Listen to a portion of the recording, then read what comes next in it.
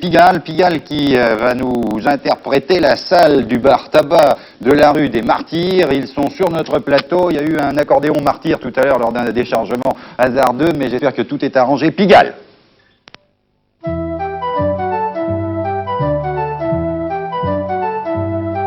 Dans la salle du bar tabac de la rue des Martyrs, il y a des filles de nuit qui attendent le jour en vendant du plaisir. Il y a des ivrognes qui s'épanchent au bar, qui glissent lentement le long du comptoir par terre. Dans la salle du bar tabac de la rue des Martyrs, le patron a un flingue pour l'ingénu qu'on voudrait à la tirelire. Dans les chiottes, les mots gravés sur les murs parlent de sexe géant, d'amour et d'ordure ensemble. Ici, chacun doucement oublie l'ombre d'une vie passée d'une femme de décombre. Dans ce cliché funèbre, on cherche l'oubli d'un parfum de voix.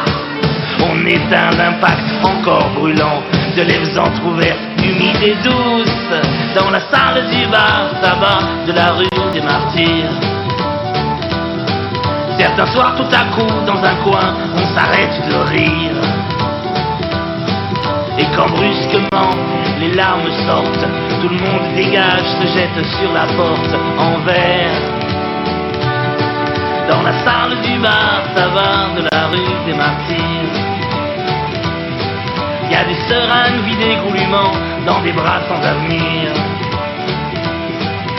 Ici la dope, c'est à la poignée. Les petites cuillères servent que rarement pour le café. Ici, chacun doucement oublie l'ombre d'une vie passée d'une femme de décombre. Dans ce cliché funèbre, on cherche l'oubli d'un parfum, d'une voix. On éteint l'impact encore brûlant de lèvres entr'ouvertes, humides et douces. Dans la salle du bar tabac de la rue des Martyrs, il y a des vieux gars tatoués partout qui racontent leurs souvenirs. Il y a des voyageurs tristes par-dessus les valises. Il y a des bookmakers qui ramassent les mises la nuit. Dans la salle du bar tabac de la rue des Martyrs, on peut tout acheter, tout vendre, le meilleur et le pire. Une vieille clocharde de la gueule défoncée entre avec sa poussette et se met à gueuler, à boire. Dans la salle du bar tabac de la rue des Martyrs, dans la salle du bar tabac de la rue des Martyrs, dans la salle... Pigalle, donc, qui fait partie de la programmation. Quand est-ce qu'on peut les entendre, Pigalle Ce soir, à la Sage Brassens. À quelle heure? À 20h30, hein 20h30, oui. 20h30. Bon, alors je vais demander à François, qui fait partie de Pigalle, de venir nous rejoindre sur la scène, là, enfin sur le plateau. Et puis, pendant ce temps-là, eh bien, je vais vous proposer de jouer au jeu musical proposé par Elisabeth Pistorio. C'est tout à fait un style différent, vous allez vous en rendre compte. Il s'agit d'orgue, et c'est Elisabeth qui vous pose la question. Je rappelle que c'est le 35 03 05 03 qui vous permet de répondre correctement. François G. Lazaro, bonjour. Alors, la belle boucherie, parce que bon, les garçons bouchés, hein, il y a Pigalle, il y a les garçons bouchés, tu fais partie des deux groupes, c'est ça? C'est tout d'ailleurs, il n'y en a pas trois? Non, non, il y a 12 groupes dans le label, et moi je joue dans un troisième groupe qui est l'Oscarios aussi. Alors, une manifestation comme Rock en France, ça représente quoi pour les petits labels, pour les non-avertis? Les petits labels, c'est les petites boîtes de disques, hein, c'est ça, de production, qui ont du mal, hein, c'est sûr, devant les trusts, quoi. C'est utile?